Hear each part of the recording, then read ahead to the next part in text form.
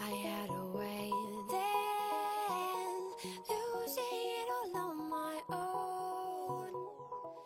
I had a heart then, but the queen has been overthrown. Salut à tous, c'est Réo. Aujourd'hui on se retrouve pour les favoris du mois de février, tous mes favoris concernant le maquillage. Petite nouveauté concernant cette vidéo favori, avant d'utiliser du maquillage naturel, j'utilisais du maquillage de grande marque. Et je continue encore à utiliser ce type de maquillage parce que j'en ai énormément, que je ne veux pas les jeter et aussi parce que j'avoue que même en fait, je ferme les yeux sur les compositions et si je ne me focalise que sur l'aspect du maquillage en lui-même, les textures, les couleurs, c'est du maquillage qui me plaît encore. Bien entendu, je remplace au fur et à mesure tout ce maquillage de grande marque par des produits naturels, mais en attendant, comme je continue à les utiliser, je vais vous montrer quels ont été mes favoris de maquillage mais non naturel, mais je mettrai toute cette partie là en fin de vidéo, donc ce qui vous permet voilà, vous pourrez arrêter la vidéo juste avant cette partie là si vous êtes addict au bio et aux produits naturels comme je le suis. On commence par les produits qui concernent le teint. Comme fond de teint ce mois-ci, j'ai énormément utilisé mon fond de teint minéral Everyday Minerals en teinte Golden Medium, donc c'est ma teinte d'hiver. Sinon l'été je suis Olive Medium. Là c'est la texture mate. Les fonds de teint Everyday Minerals sont classés selon différentes textures, intensive, mat, semi-mat, selon la couvrance et l'aspect que vous voulez. D'habitude j'utilise intensif, ce qui est la couleur la plus mate et la plus couvrante, mais j'ai voulu quelque chose d'un résultat plus lumineux, plus naturel, donc je me suis tournée vers la base mate. Pour l'anti-cerne, vous l'avez vu dans une vidéo dernièrement, c'est mon anti-cerne Boho en teinte numéro 2, donc très crémeux, très couvrant, très agréable. Je l'aime beaucoup, je pense m'acheter une teinte, la teinte numéro 3 parce que celle-ci est un peu claire pour moi et excellent produit que vraiment je mets tous les jours. On continue avec les produits pour le teint, on passe au bronzer. Tout d'abord un bronzer irisé que j'utilise très souvent de la marque Alva, le Bake Bronzer en teinte beige brown, le numéro 3. Excellent bronzer, très jolie couleur, joliment cuivré, relativement irisé. Et lorsque je veux un résultat plus mat, je me tourne vers le bronzer d'Everyday Minerals en teinte Happiness Bronzer. Voilà. Il est assez foncé, il convient aux carnations médium à bronzer, enfin mat. J'en mets très peu et je l'estompe bien parce qu'il est assez foncé et il est bien pigmenté. Pour le blush, j'ai beaucoup utilisé des couleurs abricotées, notamment le blush terre cuite de la marque Avril. Le voici, vous l'avez vu également dans une de mes dernières vidéos. Je vous mettrai éventuellement les liens à chaque fois sur les vidéos où je porte ces produits. Donc voilà, mini prix, jolie couleur, très légèrement irisée, joliment abricotée. Gros coup de cœur de ce mois-ci, le blush Eco Bella en teinte coral rose. C'est le blush que je porte aujourd'hui. Alors ce blush, je ne sais pas si vous voyez, c'est un très joli rose. Enfin vraiment un pêche, oui, enfin un rose corail comme il appelle. Voilà, un pêche un peu irisé.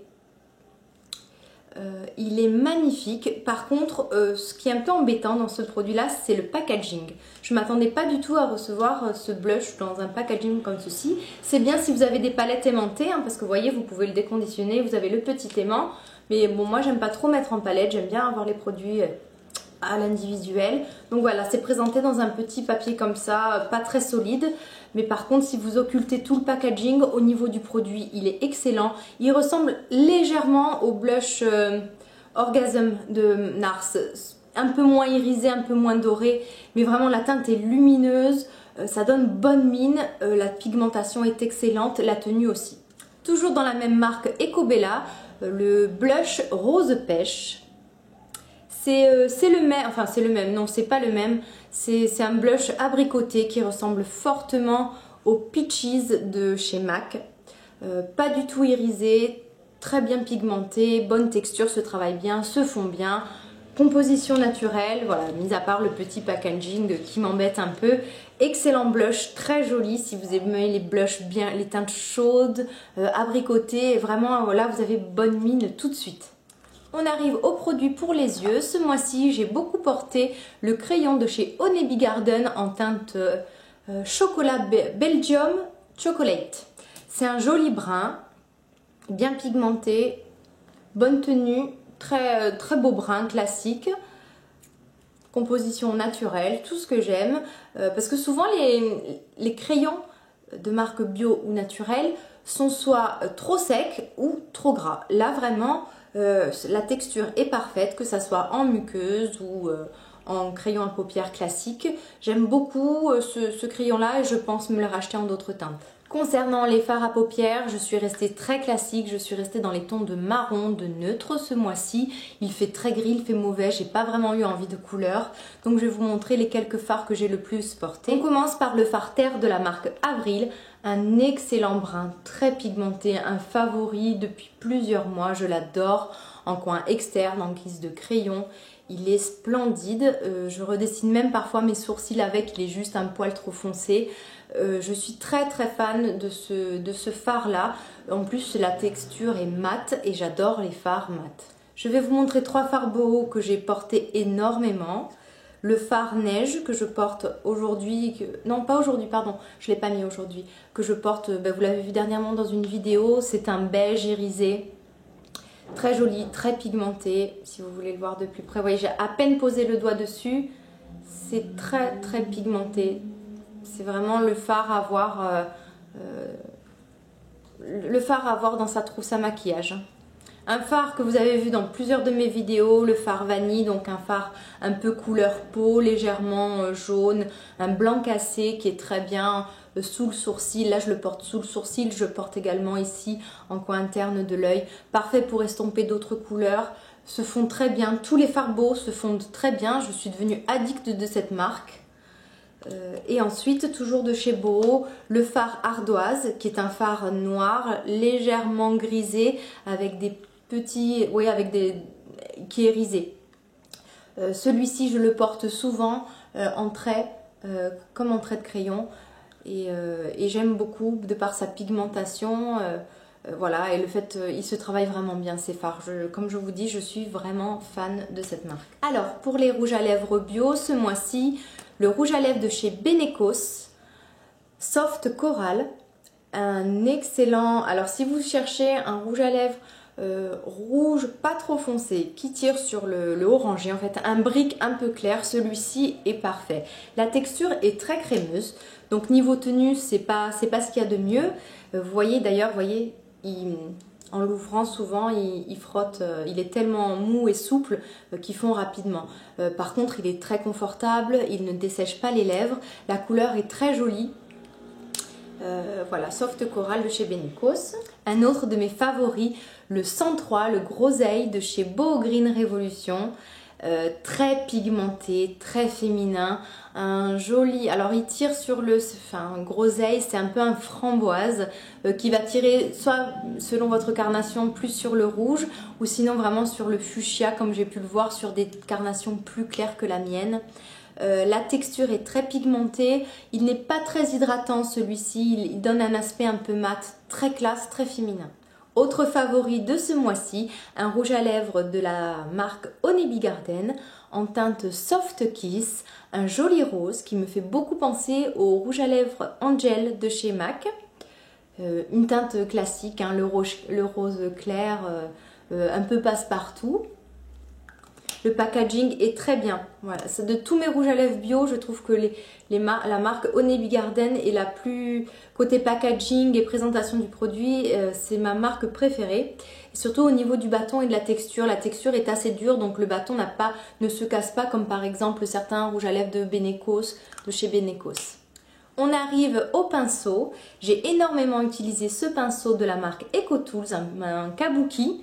Oui, on dirait un blaireau pour se raser. Excellent pour fondre les poudres entre elles. Moi, je finis mon teint et à la fin, je passe ce pinceau sur tout le visage pour vraiment fondre mes poudres et éviter toutes les démarcations. Voilà, dans la marque EcoTools. Toujours de la marque EcoTools, le Deluxe Fan Brush. Il est magnifique. Alors, j'utilise soit pour le blush, sinon pour l'highlighter, c'est vraiment super pratique. Et ce que j'aime dans ces pinceaux, c'est la douceur des poils. Je crois que j'ai jamais... C'est les pinceaux dont les poils sont les plus doux. De tous les pinceaux que j'ai pu tester, c'est vraiment mes préférés au niveau de la douceur.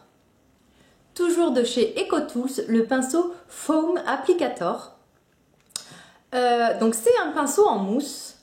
Vous avez un côté qui est plus plat, un autre qui est plus bombé. Moi je l'utilise, je mets mon anti-cerne et ensuite je prends ce petit pinceau. En plus il est bien biseauté donc il va bien dans le coin interne, il est assez précis. Et je fonds en tapotant. Je l'humidifie parfois avant et je tapote mon produit pour bien le fondre dans la peau. C'est comme un peu un body blender mais en matériaux naturels et sous forme de pinceau, très pratique. Un grand coup de cœur. Toujours d'EcoTools, le pinceau Sharpen and Smudge. Oula, c'est compliqué à prononcer. Alors, vous avez d'un côté un petit embout taille crayon et de l'autre, c'est un crayon précision. Ce que j'aime, c'est qu'il est assez rigide pour bien estomper. Si vous mettez un crayon gras, que vous voulez estomper, j'aime bien voilà, ce côté rigide, bien précis pour estomper les fards ou les crayons, tout ce qui est texture un peu grasse. Pour finir, un pinceau de la marque Delium Tools, le 785, le Blending Brush, je crois. Voilà, c'est un pinceau estompeur, donc très bien pour estomper les fards, bien souple, assez fluffy.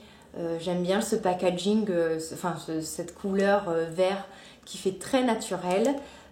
J'aime beaucoup cette marque là de pinceaux, notamment en fait surtout la gamme Green Bamboo comme celle-ci. On arrive au vernis, ça va donc faire le lien avec mes favoris du mois non naturels que vous verrez donc en fin de vidéo.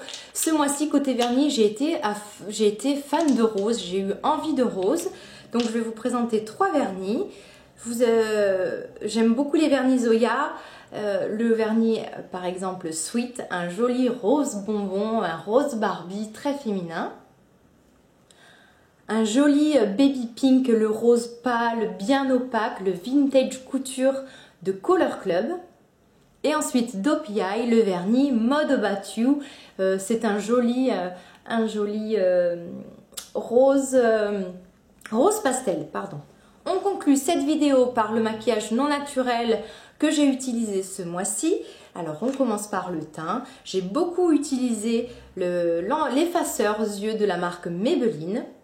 Il est bientôt fini, voilà, je fais tout pour le finir parce que genre de produit sous forme liquide que je veux me débarrasser rapidement. Donc un jour sur deux, lorsque je ne mets pas mon anti-cerne beau, j'utilise celui-ci.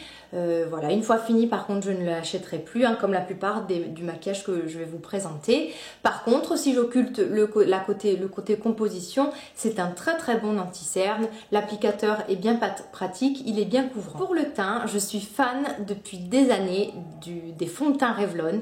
Je vais avoir du mal franchement à ne plus acheter ce genre de fond de teint parce que je trouve qu'au niveau de la finition, ils sont super. Au niveau des teintes aussi, on arrive vraiment à trouver la bonne carnation parce qu'ils ont une gamme de couleurs très étendue. J'ai beaucoup porté le Photo Ready. Je ne sais pas pourquoi j'enlève le bouchon. Alors celui-ci, c'est en teinte numéro 6. Ce que j'aime beaucoup, c'est qu'il a de légers particules irisés, donc il est un peu lumineux, sans être pour autant satiné ou trop irisé. Hein. Vraiment, c'est subtil. Il est très couvrant, il se travaille très bien. Moi je l'applique avec, alors attendez, est-ce que je l'ai près d'ici? Oui,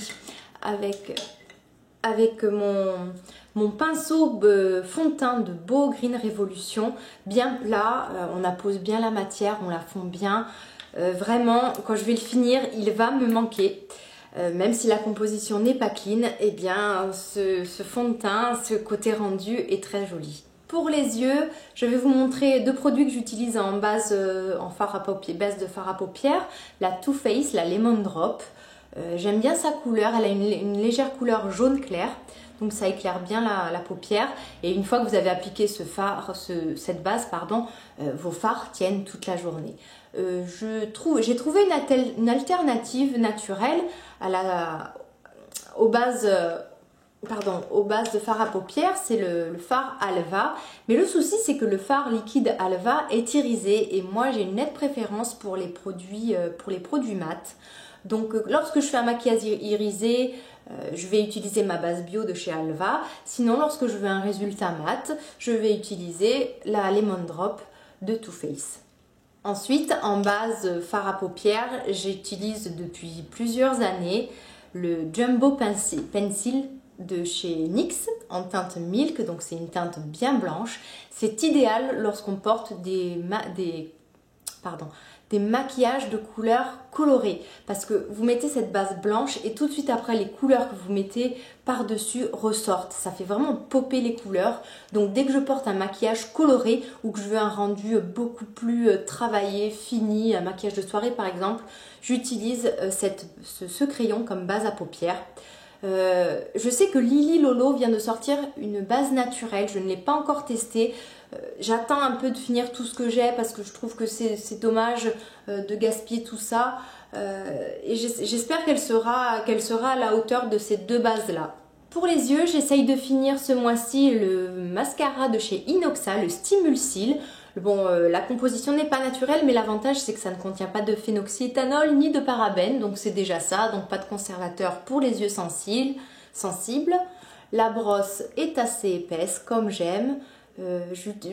J'aime beaucoup ce mascara. Les mascaras, une fois entamés, doivent être utilisés rapidement.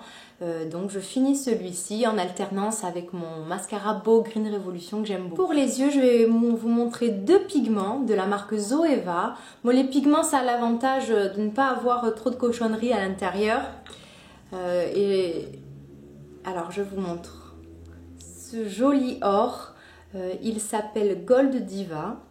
Alors sur le site Zoeva, vous trouverez de très belles palettes, vous trouverez également des pinceaux. J'utilise pas mal de pinceaux de cette marque-là. Donc j'ai beaucoup utilisé donc, ce pigment or. Et ensuite le Café Royal, vous n'allez pas vraiment bien voir. C'est un joli marron avec quelques paillettes dorées, très joli. Je porte ce fard dans ma tenue du jour, ma tenue aztèque. Je vous mets le lien ici. Je finis par un rouge à lèvres de chez MAC que je porte d'ailleurs en ce moment. Donc c'est pour ça, vous voyez, je veux vraiment être franche et honnête avec vous. C'est le rouge à lèvres Fanfare. Le rouge à lèvres Fanfare est magnifique. Mais oh là là, si je peux... Vraiment, si vous avez un dupe en maquillage naturel ou bio, mais dites-le moi, c'est parce que j'aurais presque envie de racheter un autre bâton de ce rouge à lèvres tellement que je le trouve joli, tellement j'aime la texture.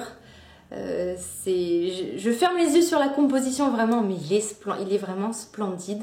Donc vous voyez, il est lumineux, il est pas trop foncé, il donne bonne mine. Il va aussi bien aux blondes. Je vous dis ça parce que je l'ai mis sur ma sœur qui est blonde. Il lui allait à ravir. Donc il va aux blondes, aux brunes. C'est un joli corail. La texture c'est un cream sheen, donc c'est la texture un peu crémeuse. Et j'adore ce rouge à lèvres. Cette vidéo favori est terminée. J'attends vos commentaires et vos réactions. J'espère que ça ne vous a pas choqué que je vous montre du maquillage non conventionnel. Mais comme je vous l'ai dit, je veux être honnête avec vous. Avant de commencer cette chaîne, je n'avais pratiquement pas de maquillage naturel. Tout ce qui est soin, tout ça, oui, j'ai toujours été adepte depuis des années, même niveau alimentation. Mais c'est vrai que tout le côté maquillage, j'occultais complètement les marques naturelles parce que je n'en avais jamais vu.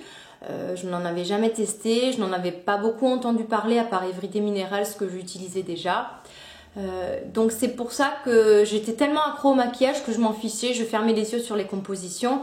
Maintenant non, j'essaye de me tourner, de remplacer au fur et à mesure tout mon maquillage conventionnel par du maquillage naturel. Mais comme je continue à l'utiliser, j'ai pensé que c'était beaucoup plus franc de ma part de vous en parler parce qu'il y a peut-être des personnes qui regardent ma chaîne qui ne sont pas forcément intéressées par le maquillage bio ou même d'autres aussi qui se tournent au fur et à mesure qui passent comme moi du conventionnel au maquillage naturel.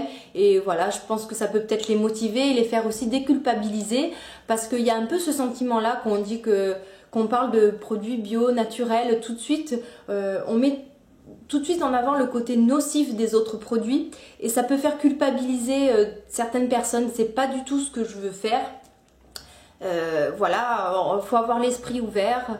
On ne peut pas être parfaite, 100% parfaite. J'essaye de le devenir, mais c'est quasiment impossible. Donc voilà, j'espère que ça ne vous a pas choqué, que ça ne vous a pas trop embêté ou déçu. Écoutez, de toute façon, je suis désolée, mais moi je suis obligée de vous en parler parce que j'ai envie d'être voilà, d'être naturelle, voilà, d'être honnête avec vous, c'est ça. Je vous remercie beaucoup d'avoir regardé cette vidéo. Désolée pour le speech de la fin. J'attends vos réactions, vos commentaires. Je vous embrasse très fort. Je vous dis bye bye.